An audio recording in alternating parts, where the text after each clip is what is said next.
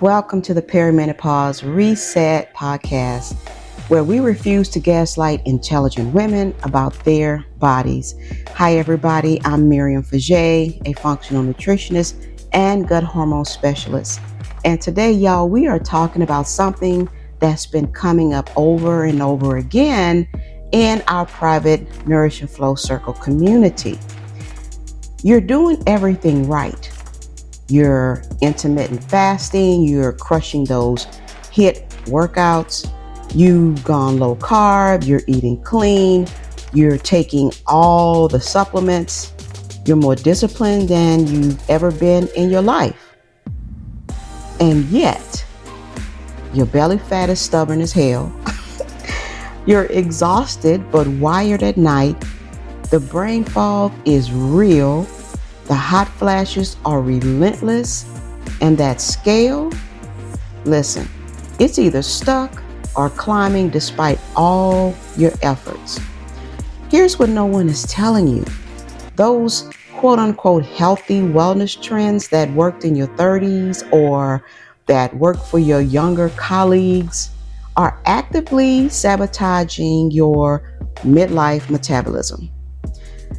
And I'm going to show you exactly why, backed by metabolic science and what I've seen work with hundreds of women in perimenopause and menopause. Because your symptoms, they are not problems to suppress. They are intelligence. They are your body's way of screaming that something in your approach needs to shift. So let's break down five wellness trends that are backfiring on your hormones, and then I'll share the framework that actually works.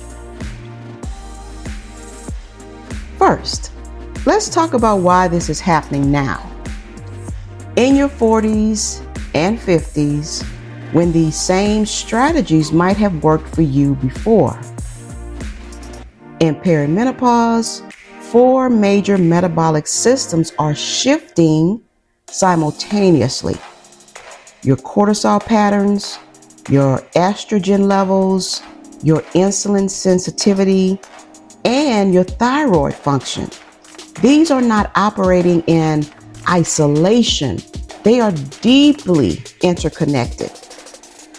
When you add certain wellness trends on top of this already shifting metabolic landscape, you're not optimizing. You are compounding stress. See, most wellness trends are designed with one assumption, that you are starting from a place of metabolic flexibility and nervous system regulation. But if you're in menopause, your HPA axis is already working overtime. Your liver is already burdened with estrogen metabolism.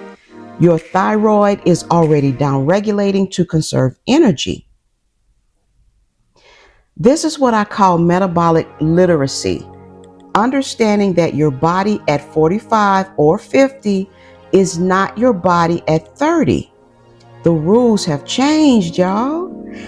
And what worked then often becomes the exact thing keeping you stuck now. So let's get specific. Here are 5 wellness trends that are probably sabotaging your midlife metabolism right now. You ready?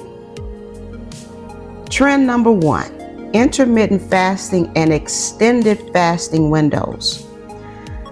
Y'all, listen, specifically those 16-hour, 18-hour, even 20-hour fasting windows that are all over social media. Well, why is it everywhere? Well, first of all, the promise is fat loss, autophagy, longevity, simplified eating.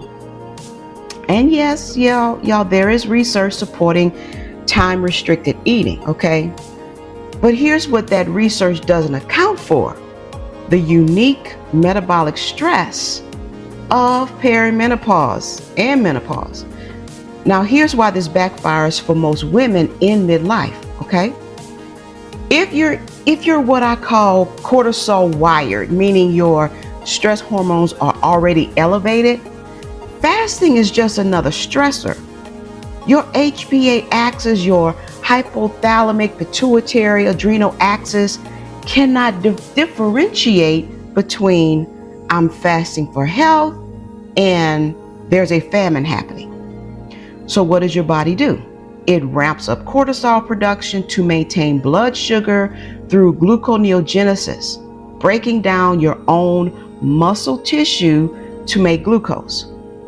More cortisol means more belly fat storage, more sleep disruption, more anxiety.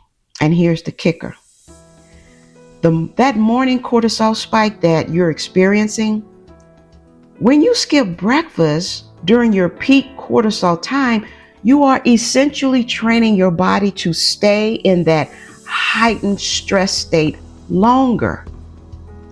Now, for estrogen stuck women, those dealing with estrogen dominance, heavy periods, breast tenderness, extended fasting stresses the liver's detoxification pathways even further.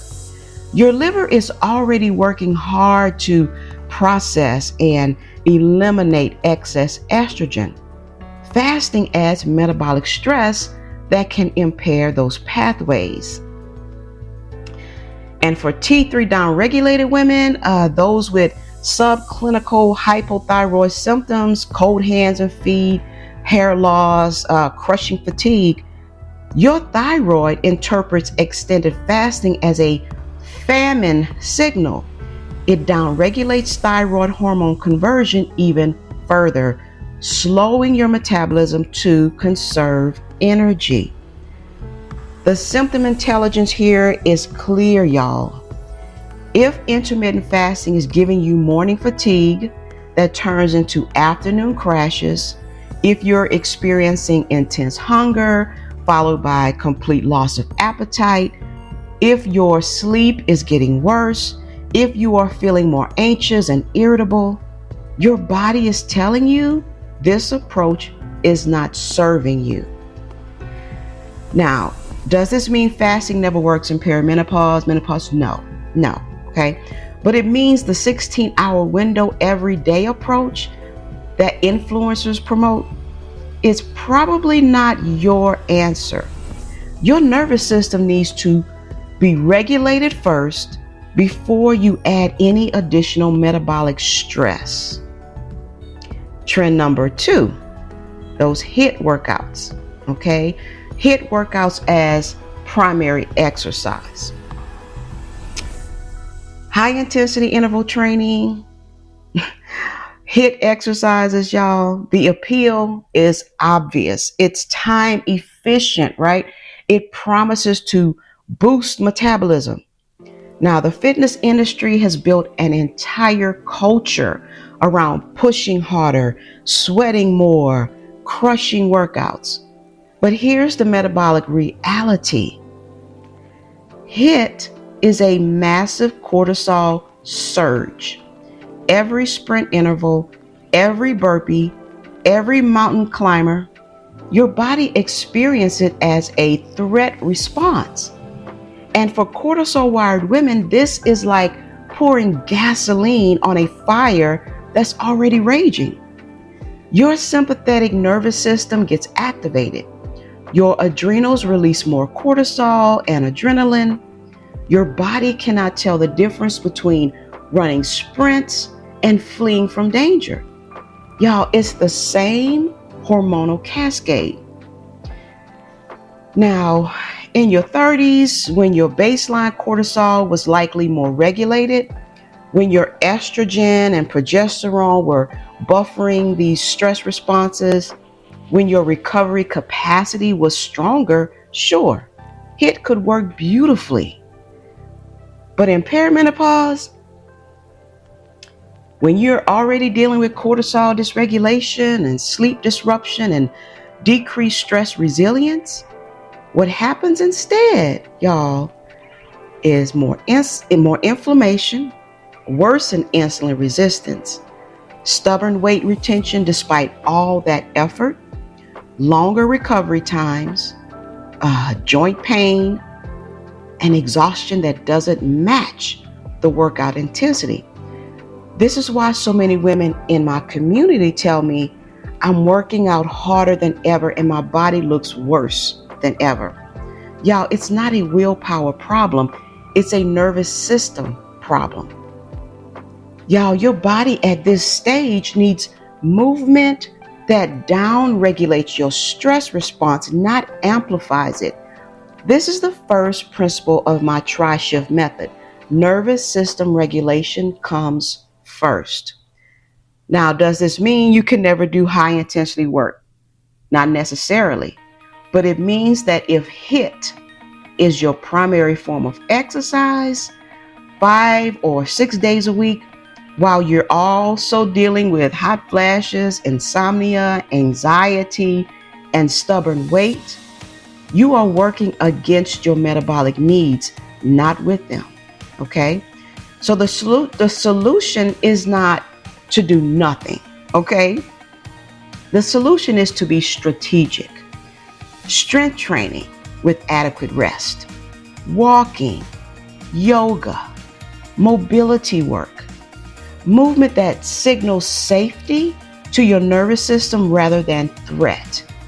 Because here's what I know after working with hundreds of women in midlife. The harder you push against your body's signals, the harder your body pushes back. Trend number 3, low carb, keto for hormonal balance. All right, y'all. Okay. This one is everywhere in the functional medicine and women's health space, okay? The promise is blood sugar control, reduced inflammation, fat loss, balanced hormones. And yes, okay, for some women, reduced refined carbs is what I wanted to say. And sugar is absolutely beneficial. I'm not arguing against that. I'm not. What I'm talking about is the prolonged, strict, low-carb or ketogenic approach that eliminates or severely restricts all carbohydrates, even nutrient-dense ones like sweet potatoes, fruit, properly prepared grains. Here's why this backfires for midlife women, y'all. Your thyroid hormone conversion, specifically the conversion of T4 to active T3, requires adequate glucose. When you severely restrict carbohydrates for extended periods, your body has to manufacture glucose through gluconeogenesis, which requires increased cortisol production. More cortisol. Again, okay? For T3 down-regulated women, those with hypothyroid symptoms, this actively suppresses your already sluggish thyroid function. So you might see initial weight loss, but then plateau, okay? Hair starts thinning, skin is dry, colder extremities, crushing fatigue that no amount of coffee fixes. And y'all, your sleep also suffers. The serotonin to melatonin pathway is critical for sleep. It requires carbohydrates. Now, this is why so many women report, I went keto, lost some weight, but now I can't sleep and my anxiety is through the roof. For cortisol wired women, strict low carb eating adds another stressor. Your adrenals are already working overtime. Now they have to work even harder to maintain blood sugar stability. And y'all, here's something interesting. For estrogen stuck women, very low carb diets can actually worsen estrogen dominance in some cases. Why? Because your gut microbiome, which plays a huge role in estrogen metabolism, needs fiber and diversity. Strict low carb often reduces both, okay?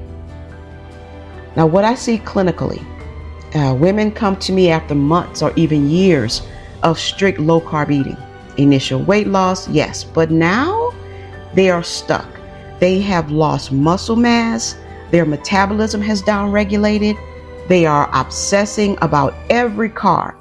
Their relationship with food actually has become stressful. And remember, y'all, stress impacts your metabolism more than macronutrient ratios ever will.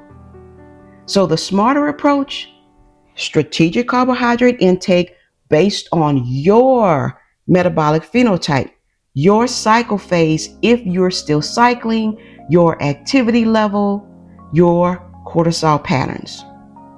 It's not a one-size-fits-all restriction that worked for some biohacker guy in his 20s, okay? It is not a one-size-fits-all, okay? Y'all, again, this is metabolic literacy. Understanding that your body's needs are specific, dynamic, and deserve precision, not trends, okay? Trend number 4, eating clean with constant restriction, okay? Now, this one might surprise you. I'm all for nutrient-dense whole foods, y'all. That is foundational. But what I'm talking about is the orthorexic pattern that many wellness-focused women fall into.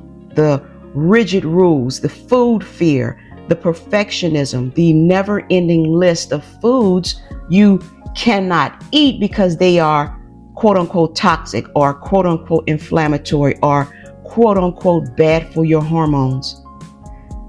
Y'all, here's the problem.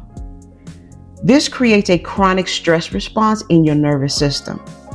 When food becomes a source of anxiety, when every meal requires hypervigilance, when you can't eat at a friend's house without stress, when one off-plan meal triggers shame and attempts to compensate, your body experiences this as threat, okay?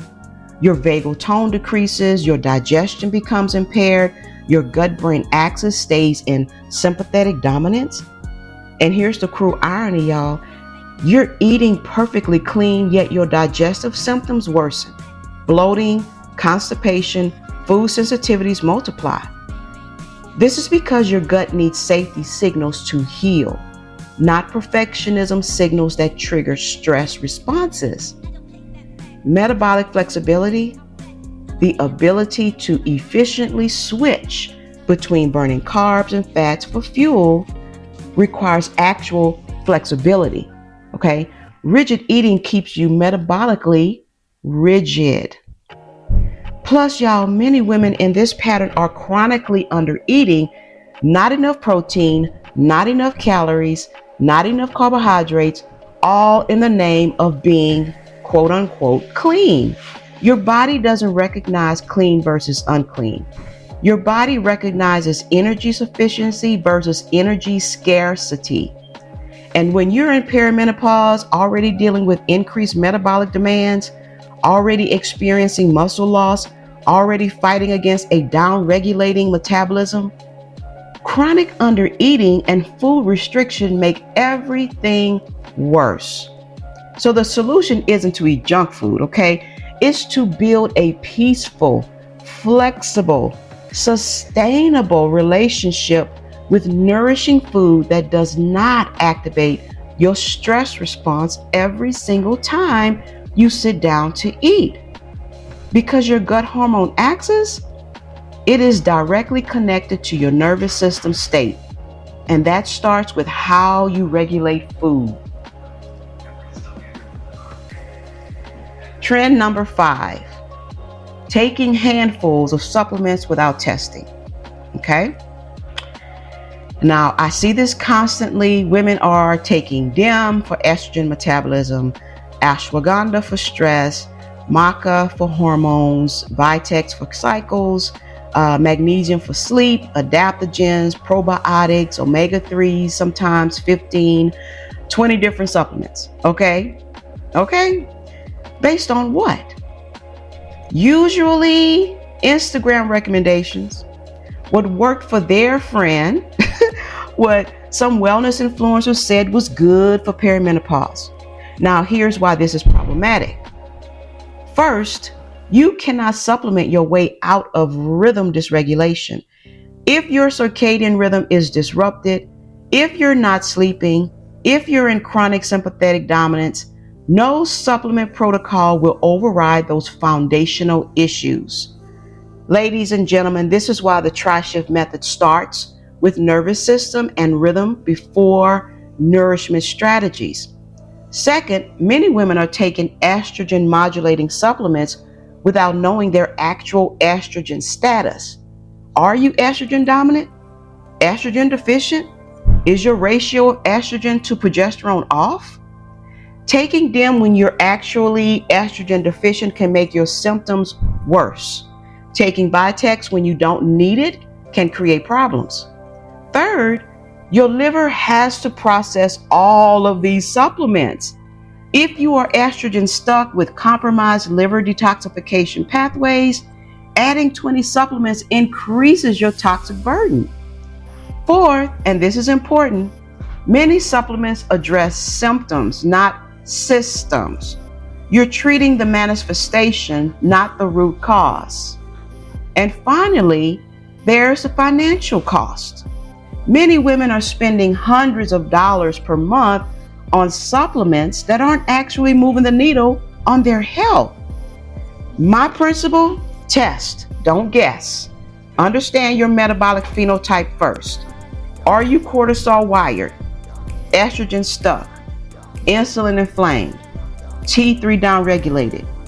Your supplement protocol should be precision-based, targeted, temporary in many cases, and always secondary to nervous system regulation, rhythm restoration, and strategic nourishment.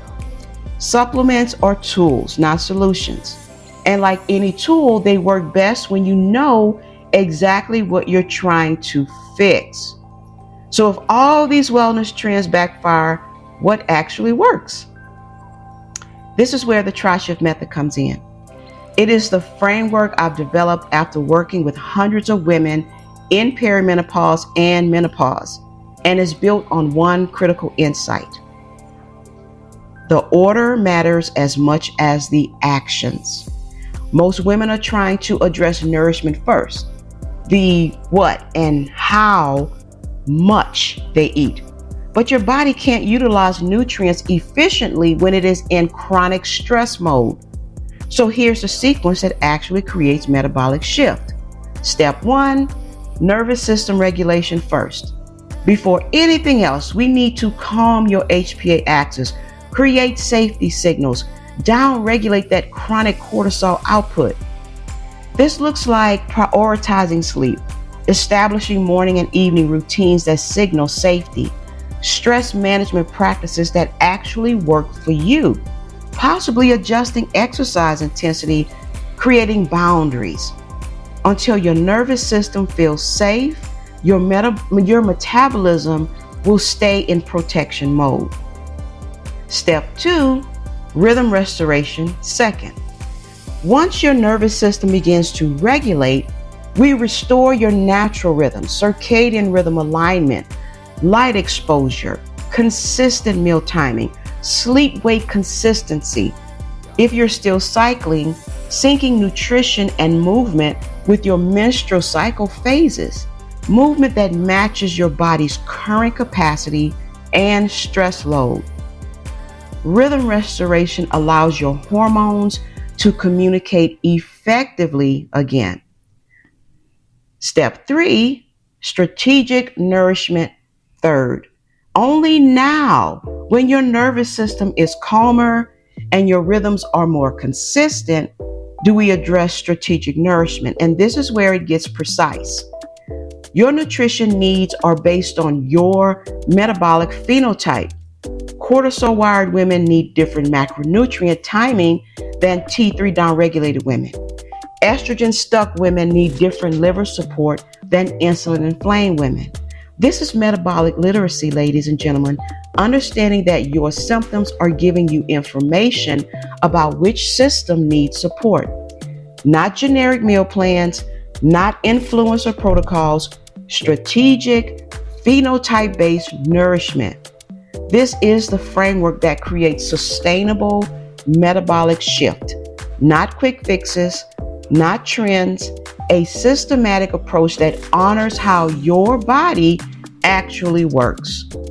So how do you know which metabolic phenotype you are? Here's a quick overview. Cortisol women, you're tired but wired. Insomnia, especially waking between 1 to 3 a.m. Anxiety, belly fat that won't budge.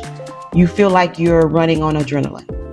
Estrogen stuck women, heavy periods or irregular bleeding, breast tenderness, stubborn weight around hips and thighs, brain fog, mood swings, digestive sluggishness.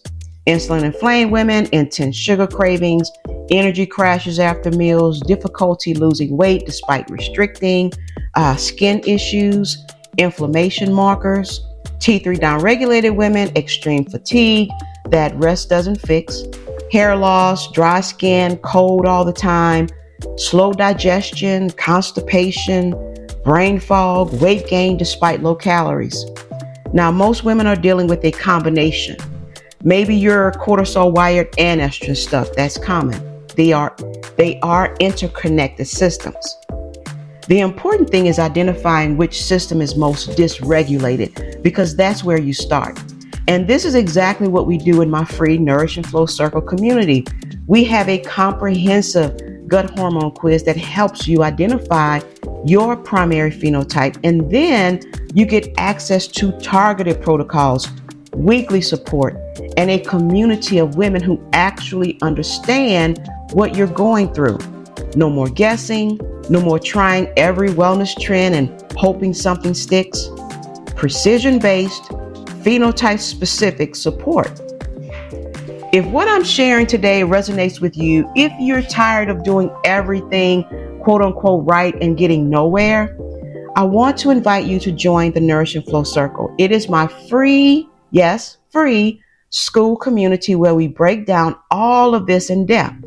You'll get access to the gut hormone quiz to identify your metabolic phenotype, my symptom translation guide that teaches you to read your body's intelligence, weekly wind down Wednesday sessions where I'll answer your specific questions, Monday glow drops with actionable protocols, and a community of women who refuse to be gaslit about their bodies. Now, the link is in the show notes. Take the quiz, discover your phenotype, and join us inside the community. Because here's what I know. Your symptoms are not character flaws. They are not proof that you are failing. Your symptoms are your intelligence, and they are intelligence. And when you learn to listen to that intelligence with metabolic literacy, everything shifts. Your body has been trying to tell you something. Let's figure out what it is. Thank you so much, y'all, for listening to today's episode of the Perimenopause Reset.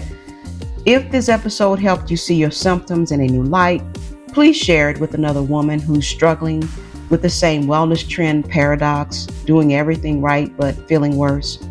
And if you haven't already, please subscribe to the podcast so you don't miss future episodes where we dive deep into metabolic literacy, the gut hormone connection, and practical protocols for thriving in perimenopause and beyond. Remember this, okay? Midlife isn't a metabolic crisis to manage. It's a powerful transition that deserves precision, not trends. I'm Miriam, and I'll see you in the next episode. And I'll see you inside the Nourish and Flow Circle. Until then, trust your symptoms. They are intelligence.